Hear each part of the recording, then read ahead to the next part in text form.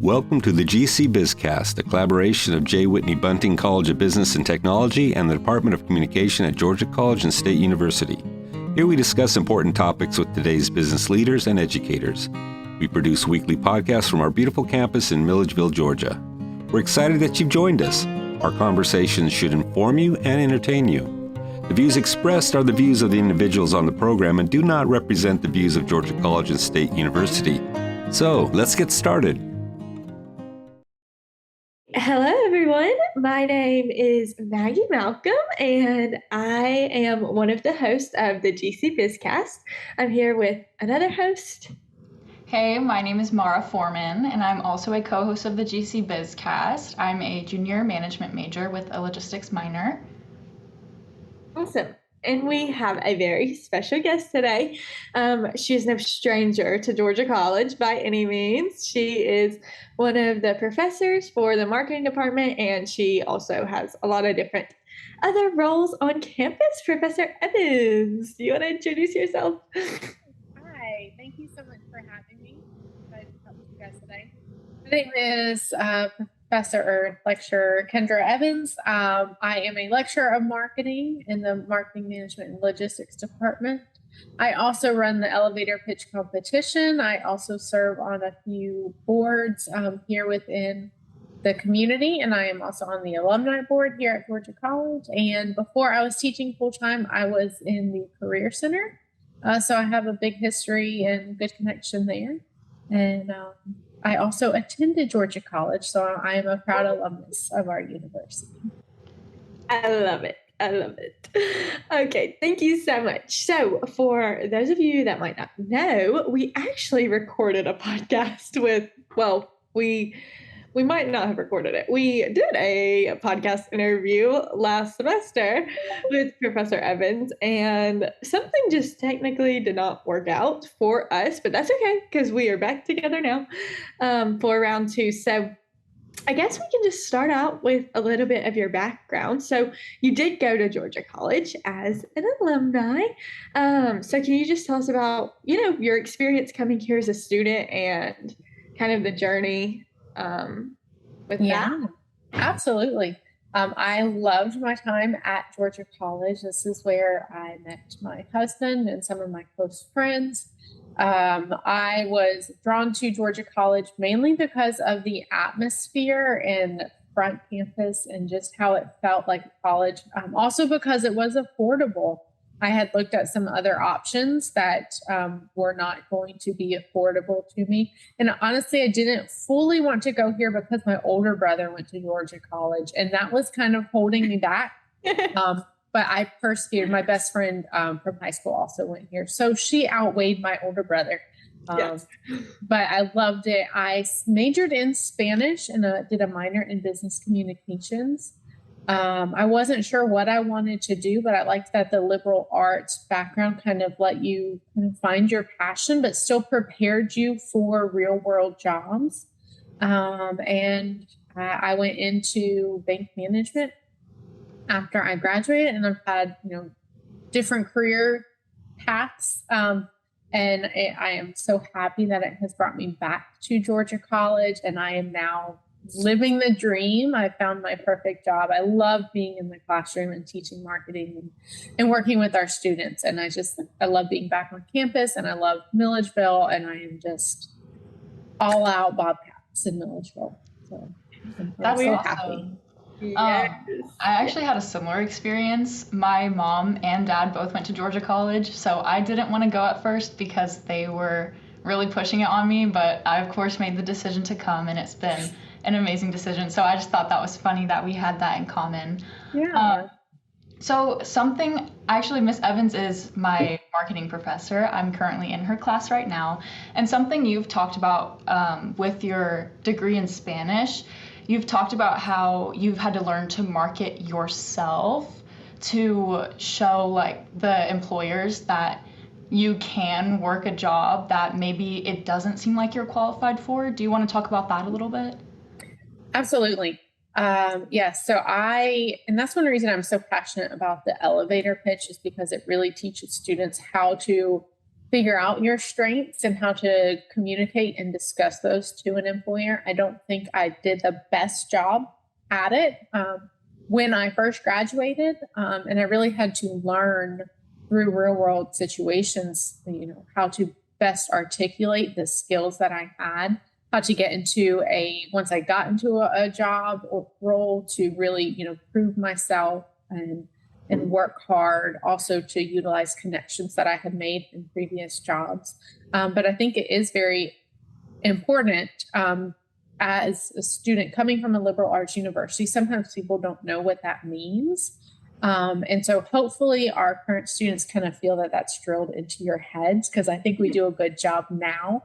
And maybe we did a good job when I was a student and I just didn't fully absorb it. But it's very important to be able to articulate what it means to be liberal arts, how you can be a Spanish major, but still have those business skills, learn on the job as well, find other opportunities where you get the skills that maybe I wasn't getting all of the technical business skills by studying Spanish, but I was still learning communication skills, which is huge. Definitely something that employers want. And just really being able to look at, what you're doing in the classroom, what you're able to do outside of the classroom, and be able to communicate to an employer how you are a good candidate, even if your degree isn't a perfect match. But also if you're a marketing or a management major and that's what they're looking for, but still being able to say, but here's why I'm different. Here's what makes me unique. I'm not only someone bringing you that knowledge from the classroom, but these are the projects I've done. These are the podcasts I've hosted or the clubs that I've helped lead that are going to give me additional skills than if you just took another management major from another school. Yeah, definitely. And I think marketing yourself isn't a concept that comes naturally to most people, because, I feel like you can do it in a way that remains humble. And, I feel like that's something everyone always kind of worries about. It's very much against our nature, because we are told, be humble, don't take too much credit. And then you're about to graduate and everyone's like, no, tell me about yourself.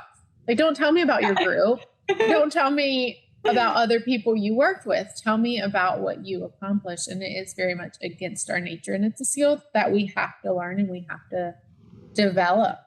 Yeah, definitely. And I think the elevator pitch does kind of force us to confront that a little earlier on than, senior year, May, it's time to graduate and you're applying to these jobs. And now it's the first time anyone's ever asked you to tell them about yourself. So yeah, I definitely think that does help us. So just for anyone who's listening who may not be a Georgia College student or, doesn't have experience with the elevator pitch, can you just give us a brief rundown of what that is for anyone who might not know?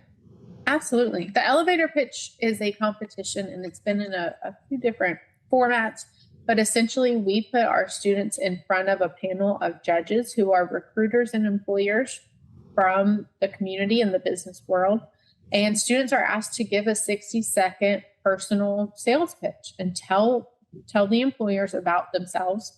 And then they are rated on things such as organization and content and even their professional appearance. It's currently done on Zoom. We this semester had over 500 students doing it. Wow. Yes. So it's big. All of our marketing majors do it twice. They do it in Principles of Marketing and then again in their senior capstone class. And so we are able to kind of track their progress, and the students themselves can kind of see how they've grown through that time. But our goal is to have every College of Business student do it at least once, and a lot of them end up doing it 2 or 3 times. And I think it's a skill that needs practicing, and I think it's good to come back and revisit it and see how you do the second time around. I know not all students see the value in that maybe until after they've had to do it the second time.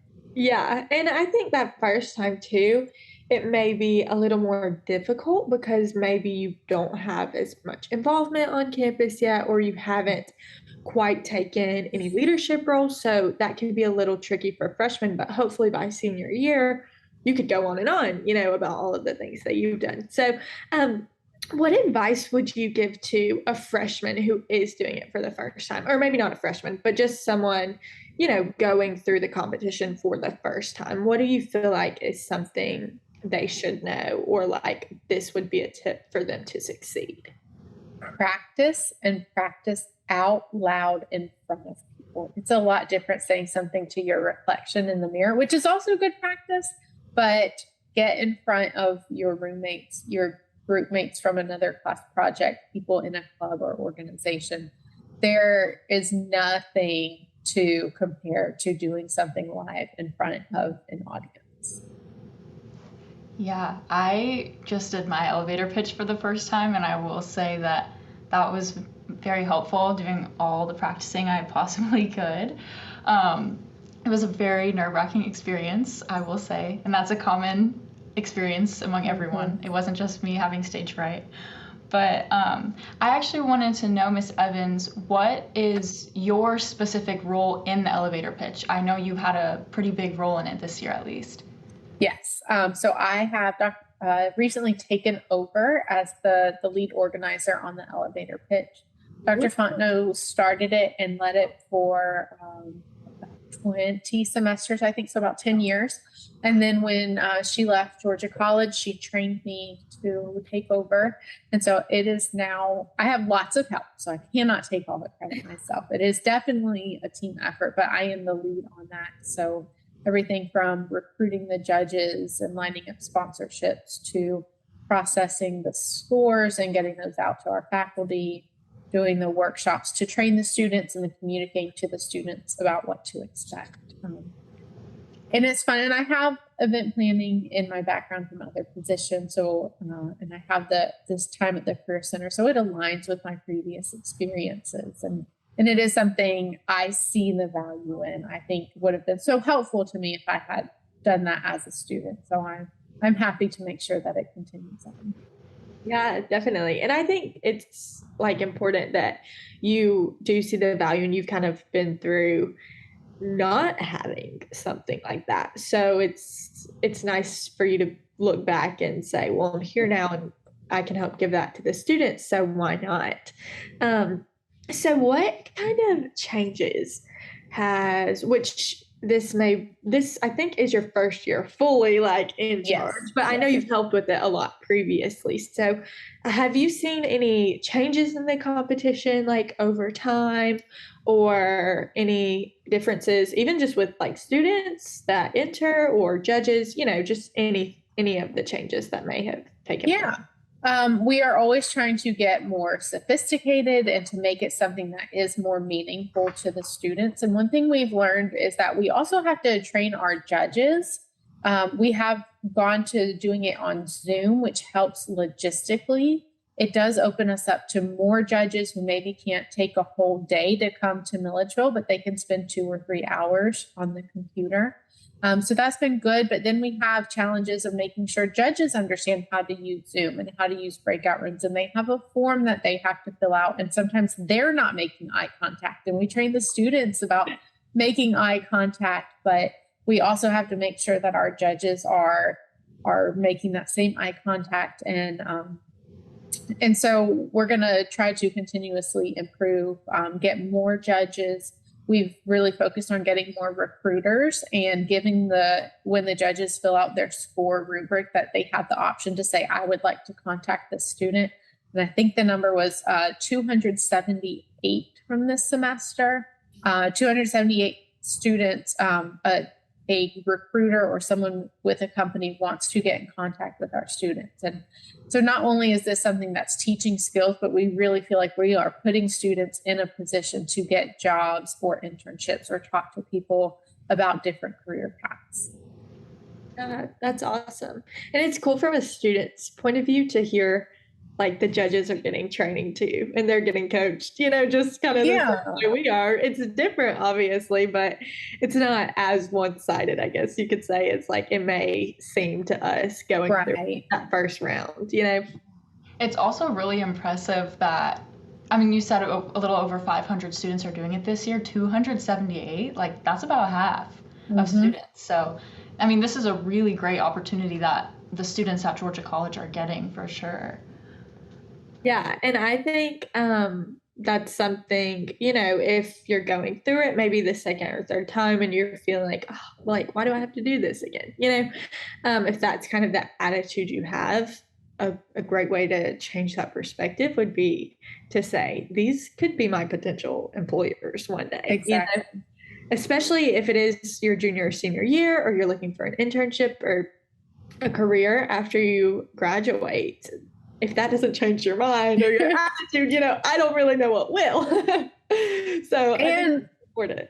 A cool thing, I mean, I think that is awesome and amazing. We have been able to offer cash prizes as part of the competition because we've had sponsorships from Geico and TTI in previous years. So it's also not often you do a homework or a class assignment that also gives you the opportunity to win money. So that's been really cool. And that's something that we're going to try to continue getting those sponsorships in so that it is more fun to compete when there is something to win.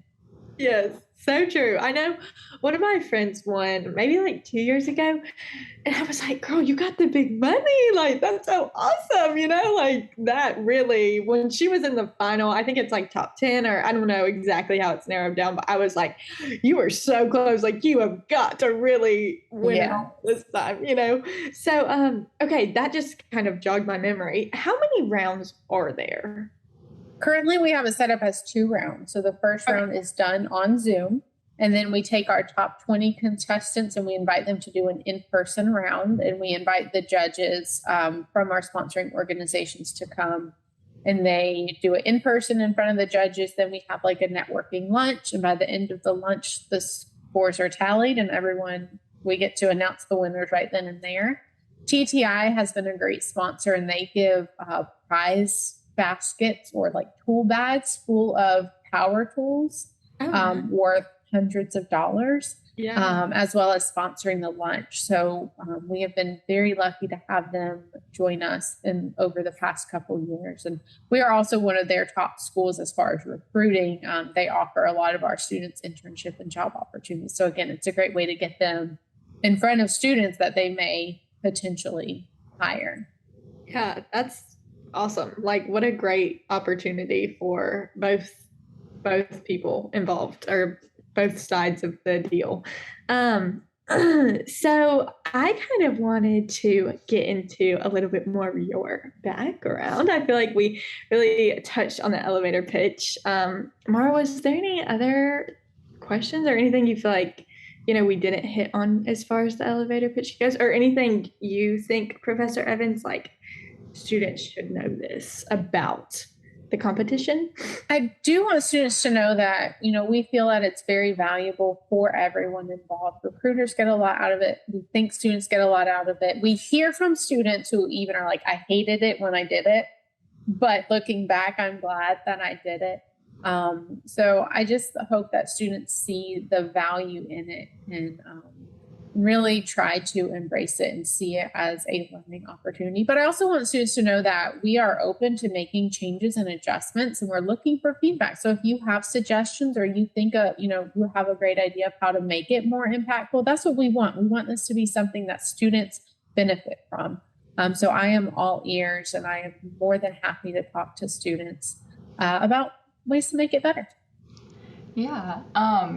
I will say your passion for the elevator pitch definitely shows in class, which I think motivated me personally and other students to try to make it the best they possibly could. So I just wanted to say that I really appreciated the opportunity and everything. Well, thank you. You're welcome. I appreciate hearing that. Yeah, and I haven't taken you in like maybe a year or a couple of years. I can't even remember. The semesters get jumbled, but they do. I remember even like you have the same attitude in class as far as, if there's something you feel like isn't working for you or something that like we as a class could do better on, like you are always open to hearing that. And I think that goes a long way. Like any professor with that attitude, I would take them 100 times over because that makes a huge difference for us as students. So props to you on Thank that. you. Like you all figured out. I talk about a lot in advertising, but I also see teaching. We talk about advertising being an art and a science, but I think teaching is that way too. Like it's going to change all the time. The topic changes, the students change. It would be a lot easier if I could do the same thing every semester, but it's dynamic and changing, and I'm happy for people to be involved and to be open to me coming in there and being like, okay, this isn't working, or we're going to change this or try this, because it will never be perfect. But as long as we're trying to make it fun and interesting. Yes, and that does not go unnoticed. So thank you so much for that. So you talked a little bit about, did you start off in banking? I did. Okay, so you touched on that. And you also mentioned event planning. So would you mind just kind of giving us a rundown of the different stops within your professional career? Absolutely. So when I graduated from Georgia College, I ended up moving out to Mississippi because my fiance at the time was in graduate school, and I got a job in bank management. I was an assistant branch manager, moved into a branch manager role.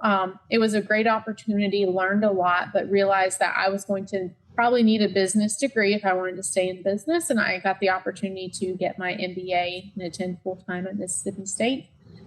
In that, I did a graduate assistantship that turned into a full-time job where I planned an on-campus continuing education conference for insurance agents and people in the insurance profession. Then we moved back to Georgia. We moved to Dalton, Georgia, where I worked in a local restaurant, and then I worked in the healthcare industry where I did a lot of marketing and event planning. Then I was asked to interview for a position as a downtown director. And so I worked in economic development, again, doing a lot of events, also working with small businesses, trying to attract more businesses into the downtown area. And then we got the opportunity to come back to Milledgeville, and we came here, and I got to start at the Career Center. Loved having the opportunity to be back on campus. But I was jealous seeing all of the professors, and I would go into classrooms as a Career Center employee and talk about finding your passion. And I'd always be like, I kind of think this is my passion, doing this in the classroom. So when I pursued the opportunity to be in the classroom full time, and this is my third year being a full-time lecturer, and like I said, I'm very happy. I hope they don't try to get rid of me because I'm sticking around. I love that. I actually didn't know you've only been a full-time lecturer for 3 years. Mm-hmm. Wow, I would have thought more than that. I guess maybe just because collectively your time at Georgia College has been, but well, thank you. I didn't seem. I've been in classroom settings. I've been in an adjunct lecturer before. Okay. Spent a lot of time in classrooms with the Career Center. And I feel like I always, in any position, I found the opportunity to teach or train others. And so I really eventually pursued my passion of teaching. When I was in undergrad, I couldn't decide if I wanted to go into teaching or business. And that's kind of why I was like, well, I'll be a Spanish major and I can decide later. Yeah. And eventually I'm teaching business. So it all worked out. That is funny how that works. It was kind of a winding path to get here, but that's kind of what I feel like careers are. You will very rarely end up where you wanted to be. So I think it's good to be open to opportunities. But along the way, you need to reflect and figure out, what did I love about this job? What did I love about my work today? And what did I not love about my work?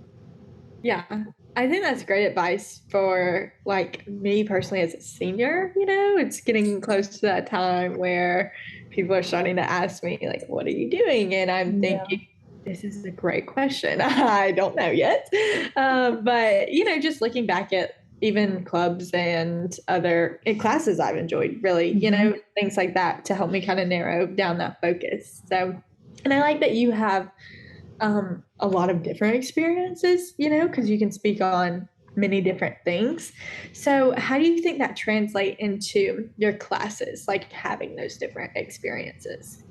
I think it helps. I hope the students would feel that same way, but I do feel like I can bring in real world examples where I have seen a business try to do a sale, or I have been in an organization that planned an event, or this is what it takes to, attract customers to sign up for your program or whatever it is you're marketing.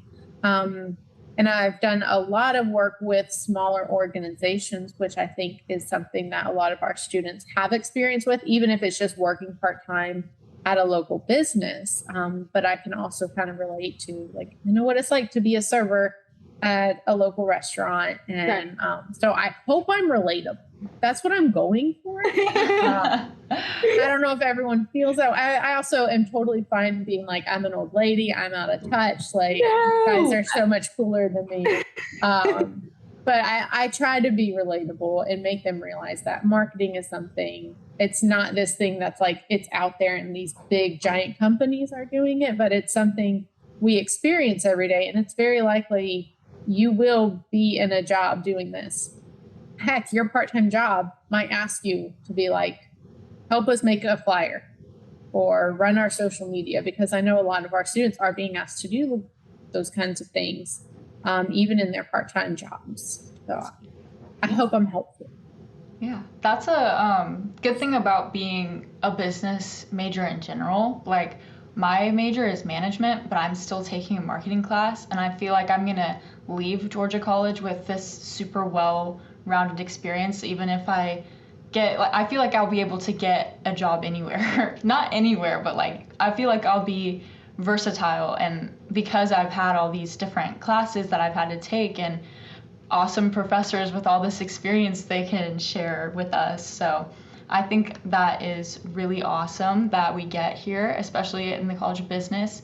I also want to circle back to the elevator pitch and ask how your different experiences, because you said you had experience in event planning and stuff like that, how did that help you with the elevator pitch? I think it allowed me to be comfortable because there are a lot of behind the scenes logistics. So I was able to kind of grasp that and how much you think it's a 3-day event, but you don't realize it takes 4 to 6 months to plan an event like that. So I kind of had a realistic expectation of the amount of work. I think also I do okay talking to people and talking to the recruiters. Something I would not have been good at in undergrad, but definitely a skill that I've learned and worked on. And being at Georgia College, giving classroom presentations all the time, which I'm sure you guys are probably having to do, that really helped me. And those are skills that, looking back on, I think have been impactful to my career. And I mean, just my confidence as a human and being more comfortable in my own skin, because now I can successfully talk to people. So I think having my background is a good match and did give me a lot of the skills, but there's always things to learn. And there are also parts of the job that, are not in line with my expertise. And in all jobs, there are the parts you love, and then there's the parts that you also have to do. But it's more of the parts that I love. That's good. That's awesome.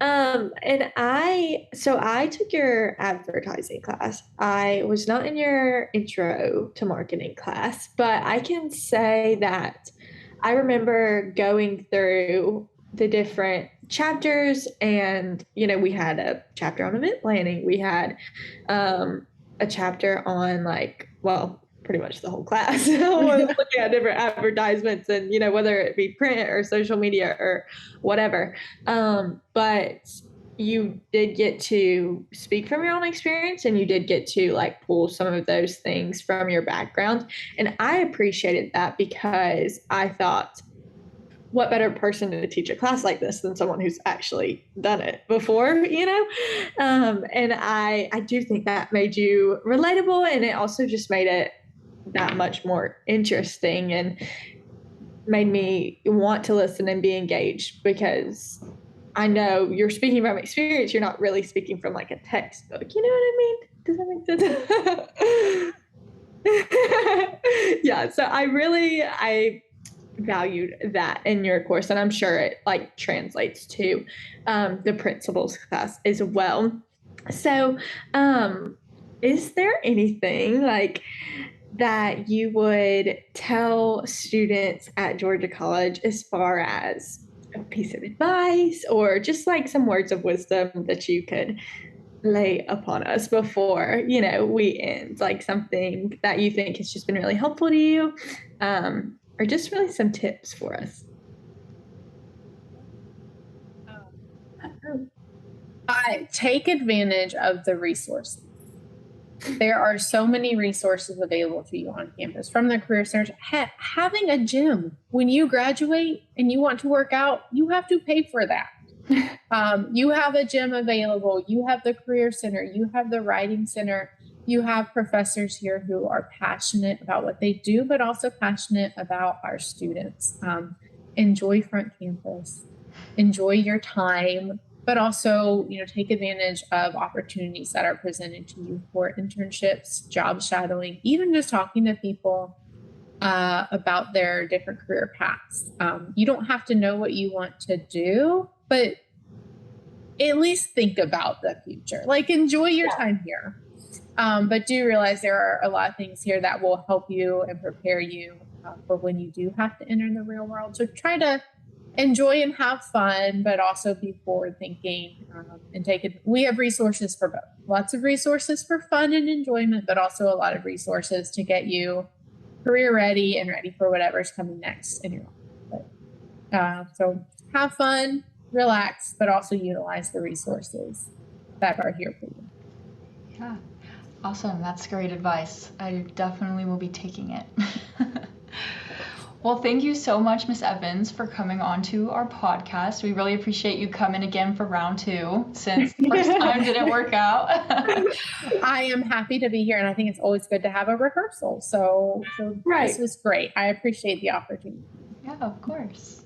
I love that. Thank you so much, and we will talk to you soon. Yeah, All thank right. you. Thanks for having me.